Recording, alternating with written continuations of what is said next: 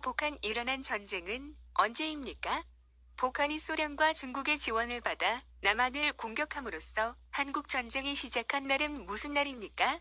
1950년 6월 25일 23, 5만 권에 그려진 인물은 누구입니까? 어떤 사람입니까? 신사임당, 조선시대의 열혈 문인이자 화가입니다. 율곡리의 어머니 24, 유관순은 어떤 사람입니까? 태극기를 흔들며 대한 독립 만세를 외치는 시위를 이끌었던 독립운동가입니다. 25. 태극기 모양을 설명해보세요. 태극기는 회색 바탕의 빨강과 파랑의 태국 문양이 중앙에 있고 모시리에 검은 3개의 사괴가 있습니다. 26. 나라를 지키기 위해 목숨을 바친 열사의 충성 그날 태극기는 기뽕에서 김면의 세로만큼 내려 개양합니다. 그날은 무슨 날입니까? 현충일. 27. 한국의 국화는 무엇입니까? 의미 무엇입니까? 무궁화, 영원히 피고 또 피어서 지지 않는 꽃이 라는 뜻입니다. 28. 백성을 가르치는 바른 소리라는 뜻으로 1443년에 세종대왕이 만든 우리나라 옛날 글은 무엇입니까? 훈민정음. 29. 조선시대 발명품으로 비의 양을 측정하는 도구는 무엇입니까? 치국이. 30. 중국 하얼빈에서 우리나라 침략에 앞장섰던 일본 총리 이토 히로부미를 처단한 독립운동가는 누구입니까? 안중근. 20. 단군왕검이 고조선을 세운 것을 기념하는 날은 무슨 날입니까? 개천절 10월 3일. 21. 한국의 최초 국가 이름은 무엇입니까? 고조선. 22. 북한이 남한을 침략 날 언제입니까? 남한과 북한 일어난 전쟁은 언제입니까?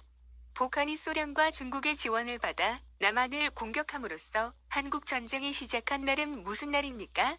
1950년 6월 25일 23, 5만 권에 그려진 인물은 누구입니까? 어떤 사람입니까? 신사임당, 조선시대의 열혈 문인이자 화가입니다. 율곡리의 어머니 24, 유관순은 어떤 사람입니까? 태극기를 흔들며 대한 독립 만세를 외치는 시위를 이끌었던 독립운동가입니다. 25. 태극기 모양을 설명해보세요. 태극기는 회색 바탕의 빨강과 파랑의 태국 문양이 중앙에 있고 모시리에 검은 3개의 사괴가 있습니다. 26. 나라를 지키기 위해 목숨을 바친 열사의 충성 그날 태극기는 기뽕에서 김면의 세로만큼 내려 개양합니다. 그날은 무슨 날입니까? 현충일. 27. 한국의 국화는 무엇입니까? 의미 무엇입니까? 무궁화, 영원히 피고 또 피어서 지지 않는 꽃이 라는 뜻입니다. 28. 백성을 가르치는 바른 소리라는 뜻으로 1443년에 세종대왕이 만든 우리나라 옛날 글은 무엇입니까? 훈민정음. 29. 조선시대 발명품으로 비의 양을 측정하는 도구는 무엇입니까? 치국이. 30. 중국 하얼빈에서 우리나라 침략에 앞장섰던 일본 총리 이토 히로부미를 처단한 독립운동가는 누구입니까? 안중근. 20. 단군왕검이 고조선을 세운 것을 기념하는 날은 무슨 날입니까? 개천절 10월 3일. 21. 한국의 최초 국가 이름은 무엇입니까? 고조선. 22. 북한이 남한을 침략 날 언제입니까? 남한과 북한 일어난 전쟁은 언제입니까? 북한이 소련과 중국의 지원을 받아 남한을 공격함으로써 한국 전쟁이 시작한 날은 무슨 날입니까? 1950년 6월 25일 23, 5만 권에 그려진 인물은 누구입니까? 어떤 사람입니까? 신사임당, 조선시대의 열혈 문인이자 화가입니다. 율곡리의 어머니 24, 유관순은 어떤 사람입니까?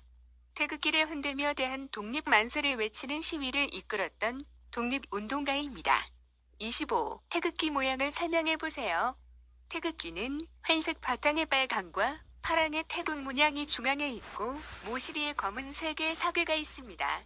26. 나라를 지키기 위해 목숨을 바친 열사의 충성 그날 태극기는 기뽕에서 김면의 세로만큼 내려 개양합니다. 그날은 무슨 날입니까? 현충일. 27. 한국의 국화는 무엇입니까? 의미 무엇입니까? 무궁화, 영원히 피고 또 피어서 지지 않는 꽃이 라는 뜻입니다.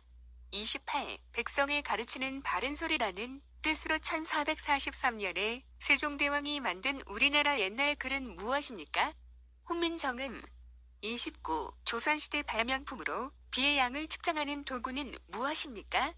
치국이 30. 중국 하얼빈에서 우리나라 침략에 앞장섰던 일본 총리 이토 히로부미를 처단한 독립운동가는 누구입니까?